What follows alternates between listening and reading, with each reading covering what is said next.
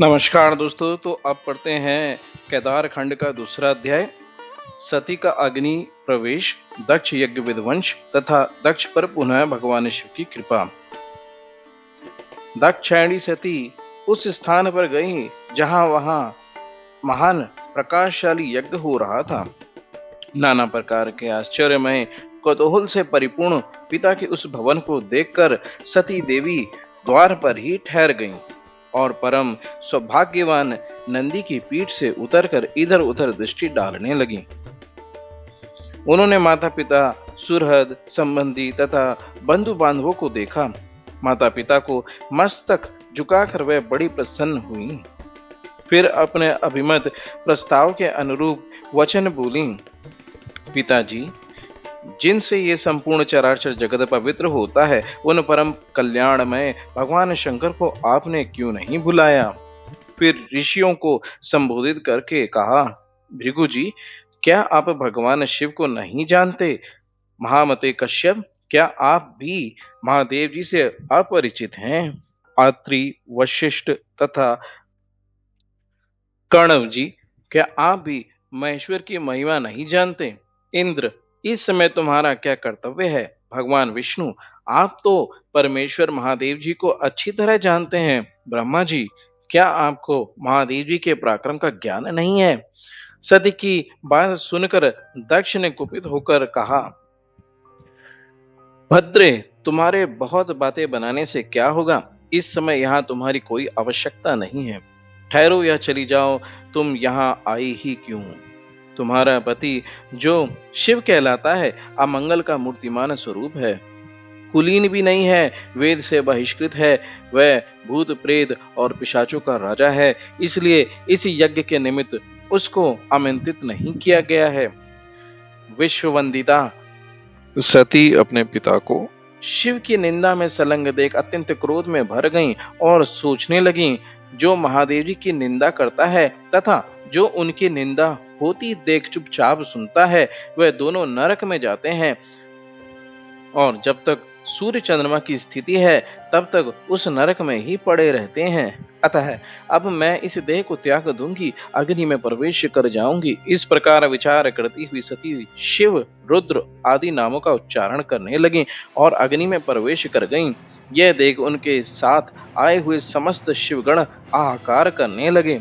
ऋषि, इंद्र आदि देवता, मरुदगण, विश्वदेव, अश्वनी कुमार तथा संपूर्ण लोकपाल अवक हो गए। दक्ष यज्ञ में सम्मिलित हुए सभी ऋषि मुनि इस घटना से भयभीत हो उठे। इसी बीच में महात्मा नारद जी ने महादेव जी के पास जाकर दक्ष की सारी करतूतें कह सुनाई। सुनकर भयंकर पराक्रम प्रकट करने वाले परम क्रोधवान जगदीश्वर भगवान रुद्र बहुत ही कुपित हुए। लोक संहारकारी रुद्र ने अपनी जटा उखाड़कर उसे पर्वत के शिखर पर क्रोधपूर्वक दे मारा। जटा उखड़ने से महायशस्वी वीरभद्र प्रकट हुए, साथ ही करोड़ों भूतों से घिरी हुई कालिका भी प्रकट हुई।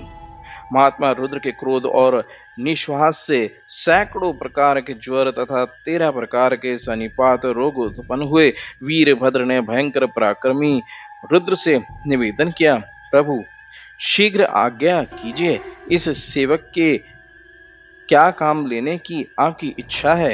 भगवान रुद्र ने आज्ञा दी, महाभव वीर, शीघ्र जाओ और दक्ष यज्ञ का विनाश करो। देवादिदेव शूलपाणी महादेव जी की ये आज्ञा शिरोधार्य करके महातेजस्वी वीरभद्र समस्त भूतों से घिरे हुए दक्ष यज्ञ की ओर चल दिए। उनके साथ कालिका देवी भी थीं। उस समय दक्ष के यहाँ सहसा अपशकुन प्रकट होने लगे। धूल और कंकड़ों से भरी हुई रुक्ष वायु चलने लगी। मेघ रक्त की वर्षा करने लगे। संपूर्ण दिशाओं में अंधकार छा गया। पृथ्वी पर शास्त्र उल्कापात होने लगे। इस प्रकार के अनिष्ट सूचक उत्पात वहां देवता आदि को दिखाई दिए। दक्ष को भी बड़ा भय हुआ। वह भगवान विष्णु की शरण में गए और विनय पूर्वक कहने लगे, महाविष्णु, आप हमारे परम गुरु हैं, रक्षा कीजिए, रक्षा कीजिए। सुरश्रेष्ठ आप ही यज्ञ हैं, इस महान भय से मुझे मुक्त कीजिए। दक्ष के इस प्रकार प्रार्थना करने पर भगवान मधुसूदन ने कहा, ब्राह्मण, ब्राह्मण, इसमें संदेह नहीं कि मुझे तुम्हारी रक्षा करनी चाहिए, किंतु तुमने धर्म को जानते हुए भी महेश्वर की अवहेलना की है। महेश्वर की अवज्ञा से तुम्हारा सब कुछ निष्फल हो जाएगा। जहाँ अपूज्य व्यक्तियों का पूजन होता तथा पूजनीय महात्माओं का पूजन नहीं किया जाता, वहीं 3 प्रकार के संकट अवश्य प्राप्त होंगे: दुर्भिक्ष, मृत्यु तथा भय। इसलिए सब प्रकार से यत्न करके भगवान शंकर को मनाना चाहिए। तुम्हारे यज्ञ में महेश्वर का सम्मान नहीं किया गया है, इसी कारण यह महान भय उपस्थित हुआ है। इस समय तो हम सब लोग मिलकर भी इस भय का निवारण करने में समर्थ नहीं हैं।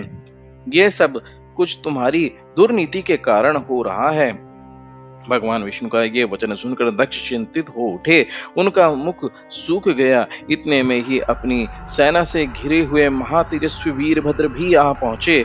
उनके साथ काली, कात्यायनी, ईशानी, चामुंडा, मर्दिनी, भद्रकाली, भद्रा, त्वरिता तथा वैष्णवी, ये 9 दुर्गाएं तथा भूतों का महान समुदाय भी था। शाकनी, डाकनी, भूत, प्रमथ, गुहक, कुष्मांड, करपट, वटुक, ब्रह्म राक्षस, भैरव, क्षेत्रपाल, राक्षस, यक्ष, विनायक तथा 64 योगिनियों का मंडल, ये सब उस महान प्रकाशमय यज्ञ मंडप में सहसा प्रकट हो गए। भगवान शंकर के उन पार्षदों ने देवताओं के साथ युद्ध आरंभ किया। लोकपालों सहित देवताओं ने भी शिव गणों पर अस्त्र शस्त्रों से प्रहार किया।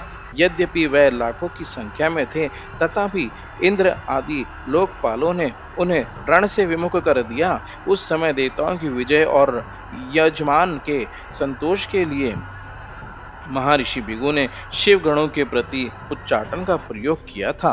इसी से उस समय देवता विजयी हुए।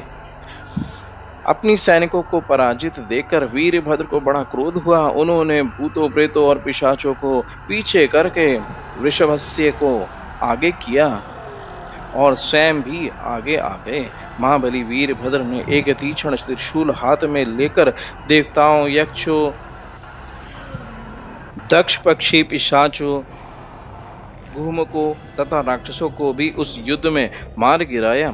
समस्त शिव गणों ने शूल के आघात से दैत्यों को गहरी चोट पहुंचाई। फिर तो संपूर्ण देवता पराजित होकर भागने लगे। सबने एक दूसरे को छोड़कर स्वर्ग की राह ली। केवल इंद्र आदि लोकपाल ही विजय के लिए उत्सुक होकर वहां खड़े रहे। वह बारंबार बृहस्पति जी से पूछते थे, गुरुदेव, हमारी विजय कैसी होगी? तब बृहस्पति जी ने कहा, भगवान विष्णु ने जो बात बहुत पहले कह दी थी, वह आज सत्य हुई। यदि फल रूप में परिणित हुए कर्म का नियामक कोई ईश्वर है, तो वह भी कर्ता का ही आश्रय लेता है। जो कर्ता नहीं है, उस पर वह अपना प्रभुत्व नहीं प्रकट करता। कर्म करने वालों को ही ईश्वर उसका फल देता है, ना कि ना करने वालों को। वह ईश्वर केवल अनन्य भक्ति से जानने योग्य है। परम शांति और संतोष से ही भगवान सदा शिव के स्वरूप को जाना जा सकता है। उन्हीं से संपूर्ण सुख दुख आत्मक जगत जन्म और जीवन भरण करता है। इस समय तुम्हारी विजय का कोई उपाय नहीं दिखाई देता। इंद्र, तुम मूर्खता और लोलुपता के वश इन लोकपालों के साथ यहाँ आ गए हो। बताओ तो इस समय क्या करोगे? ये परम शोभायमान गण भगवान शिव के किंकर हैं, वे ही उनके सहायक हैं। ये महाभाग कुपित होने पर सब संहार आरंभ करते हैं, तब किसी को शेष नहीं छोड़ते। बृहस्पति जी का ये वचन सुनकर वह संपूर्ण देवता, लोकपाल तथा इंद्र भी चिंता में डूब गए। तदंतर शिव गणों से घिरे हुए वीरभद्र ने कहा, तुम सब देवता मूर्खता के कारण यहाँ भेंट लेने के लिए आ गए हो। मेरे निकट तो आओ, मैं तुम्हें भेंट देता हूँ। सखे इंद्र, मित्रवर सूर्य, चंद्रमा, धन अध्यक्ष कुबेर, पाशधारी वरुण, मृत्यु, यमुना के बड़े भैया यमराज, मैं आप लोगों की तृप्ति के लिए शीघ्र ही भेंट अर्पित करूंगा। यूं कहकर क्रोध में भरे वीरभद्र ने सब देवताओं पर बाणों की बौछार आरंभ की। उन बाणों के आघात से पीड़ित होकर वह सब के सब दशों दिशाओं में भाग गए। लोकपालों के और देवताओं के पलायन कर जाने पर भगवान विष्णु भी चले गए। फिर वीरभद्र अपने गढ़ों के साथ यज्ञशाला में आए। उस समय देवता, ऋषि तथा अन्य अन्य जो यज्ञोपजीवी लोग थे, उन सबको भगवान शिव के गढ़ों ने परास्त कर दिया। महर्षि भृगु को धरती पर पटक कर उनकी दाढ़ी और मूछ नोच ली। उषा ने दांत दिखाकर हंसी उड़ाई थी, अतः शिवगणों ने उनके सारे दांत उखाड़ दिए। अग्निपत्नी स्वधा और स्वाहा को भी अपमानित किया तथा क्रोध में भरकर उन्होंने और भी ऐसे ऐसे बर्ताव किए जो वाणी द्वारा कहने योग्य नहीं है। दक्ष महान भय के मारे अंतर्वेदी में छिपे हुए थे। इस बात का पता लगने पर रोष में भरे हुए वीरभद्र उन्हें पकड़ लाए और उनका जबड़ा पकड़कर सिर के ऊपर तलवार से चोट की। फिर दक्ष के कटे हुए सिर को उन्होंने तुरंत ही यज्ञ कुंड में डालकर जला दिया। उस यज्ञशाला में दूसरे दूसरे जो देवता, पितर, ऋषि, यक्ष और राक्षस रह गए थे, वह सब शिवगणों के उपद्रव से भयभीत होकर भाग चले। चंद्रमा, आदित्यगण, ग्रह मंडल, नक्षत्र और तारे, इन्हीं सबको शिवगणों ने भगा दिया। ब्रह्मा जी अपने पुत्र दक्ष के शोक से पीड़ित होकर सत्यलोक को चले गए और वहां स्वस्थ चित्त से विचार करने लगे कि अब मुझे क्या करना चाहिए। इस अपमान के कारण ब्रह्मा जी को शांति नहीं मिलती थी। ये सब कुछ उस दक्ष के ही पाप के कारण हुआ। यह जानकर पितामह ने कैलाश पर्वत पर जाने का निश्चय किया। वहां तेजस्वी ब्रह्मा जी हंस पर अरुण हो सब देवताओं के साथ पर्वत श्रेष्ठ कैलाश पर गए। वहां उन्होंने नंदी के साथ एकांत में बैठे हुए भगवान सदाशिव का दर्शन किया। उनके मस्तक पर जटाजूट शोभा पा रहा था। भगवान शिव को देखकर ब्रह्मा जी दंड की भांति पृथ्वी पर पड़ गए और अपना अपराध क्षमा करने के लिए उद्यत हो अपने चारों मुकुटों से भगवान शिव के चरण बिंदु का स्पर्श करते हुए उनकी स्तुति करने लगे। ब्रह्मा जी बोले, शांत स्वरूप सर्वत्र व्यापक पर ब्रह्म स्वरूप परमात्मा भगवान रुद्र को नमस्कार है। मस्तक पर जटाजूट धारण करने वाले महान ज्योतिर्मय महेश्वर को नमस्कार है। भगवान, आप जगत की सृष्टि करने वाले प्रजापतियों के भी सृष्टा हैं। आप ही सबका धारण पोषण करते हैं। आप सबके पितामह हैं। आप ही रुद्र, महान नीलकंठ और वेदा हैं। आपको नमस्कार है। ये संपूर्ण विश्व आपका स्वरूप है। आप ही इसके बीज आदि कारण हैं। इस जगत को आनंद की प्राप्ति कराने वाले भी आप ही हैं। आपको नमस्कार है। आप ही ओमकार, वष्टकार तथा संपूर्ण आयोजनों के प्रवर्तक हैं। यज्ञ यजमान और यज्ञ प्रवर्तक भी आप ही हैं। प्रभु देवेश्वर यज्ञ प्रवर्तक होकर भी आपने इस यज्ञ का विनाश कैसे किया। महादेव, आप ब्राह्मणों के हितैषी हैं, तो भी आपके द्वारा दक्ष का वध कैसे हुआ। रुद्र, आप तो गौओं और ब्राह्मणों के प्रतिपालक हैं। समस्त प्राणियों को शरण देने वाले हैं। रक्षा कीजिए, रक्षा कीजिए। महादेव जी ने कहा, पितामह, सावधान होकर सुनो। दक्ष अपने ही कर्म से मारा गया, इसमें तनिक भी संदेह नहीं। इसलिए किसी को भी कदापि ऐसा कर्म नहीं करना चाहिए जो दूसरों को कलेश पहुंचाने वाला हो। ब्राह्मण, जो दूसरों को कष्ट देने वाला कर्म किया जाता है, वह एक दिन अपने ही ऊपर आ पड़ता है। यूं कहकर भगवान शंकर उस समय ब्रह्मा आदि देवताओं के साथ कनकल तीर्थ में, जहां प्रजापति दक्ष का यज्ञ मंडप था, गए। वहां जाकर उन्होंने वीरभद्र के द्वारा जो कुछ किया गया था सब देखा। स्वाहा, स्वधा, पूषा, बुद्धिमानों में श्रेष्ठ भृगु, अनन्य ऋषि, समस्त पितृ, यक्ष, गंधर्व और किन्नर जो भी वहां जिस अवस्था में पड़े थे, सबको भगवान शिव ने देखा।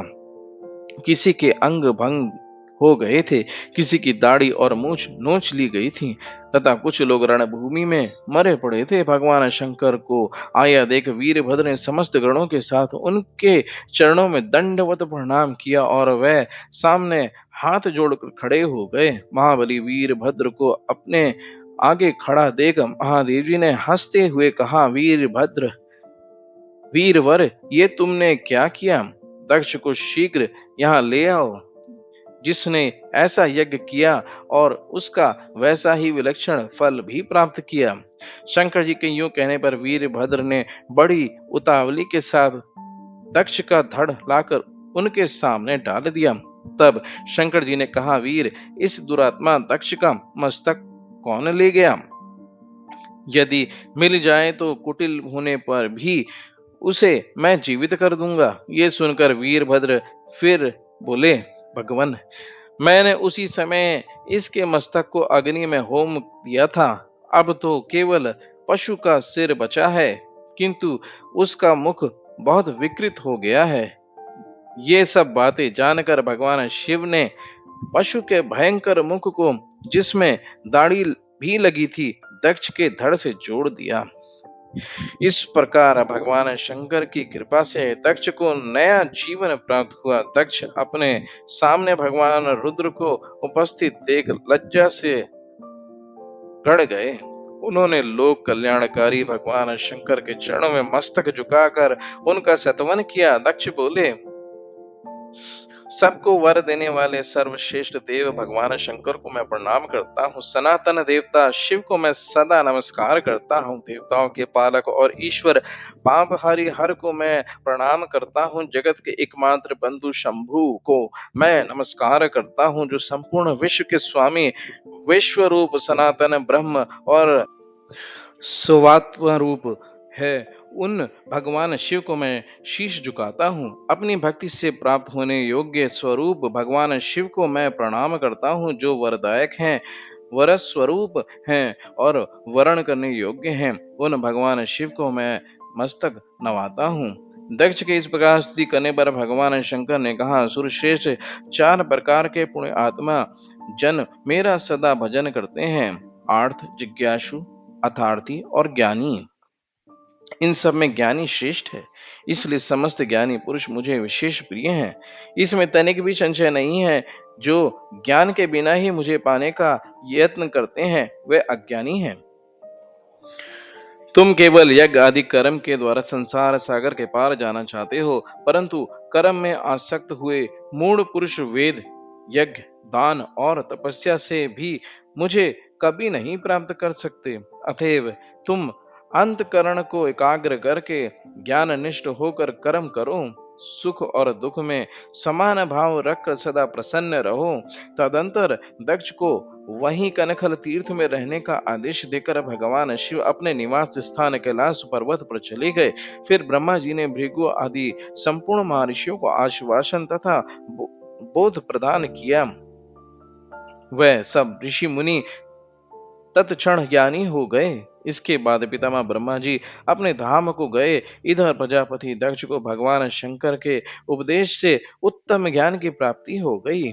वह शिव जी के ध्यान में तत्पर रहकर तपस्या करने लगे। इसलिए सर्वथा प्रयत्न करके सबको भगवान शंकर की आराधना करनी चाहिए। अध्याय संपन्न हुआ। ओम नमः शिवाय। तो भक्तों, ये था कैलाश खंड का दूसरा अध्याय, सती का अग्नि प्रवेश, दक्ष यज्ञ विध्वंस तथा दक्ष पर पुनः भगवान शिव की कृपा। अब आगे अध्याय में अध्याय 3 हम लोग पढ़ेंगे, जिसमें आपको शिव पूजन की महिमा के बारे में ज्ञान प्राप्त होगा। तो अगले वीडियो में मिलते हैं मित्रों।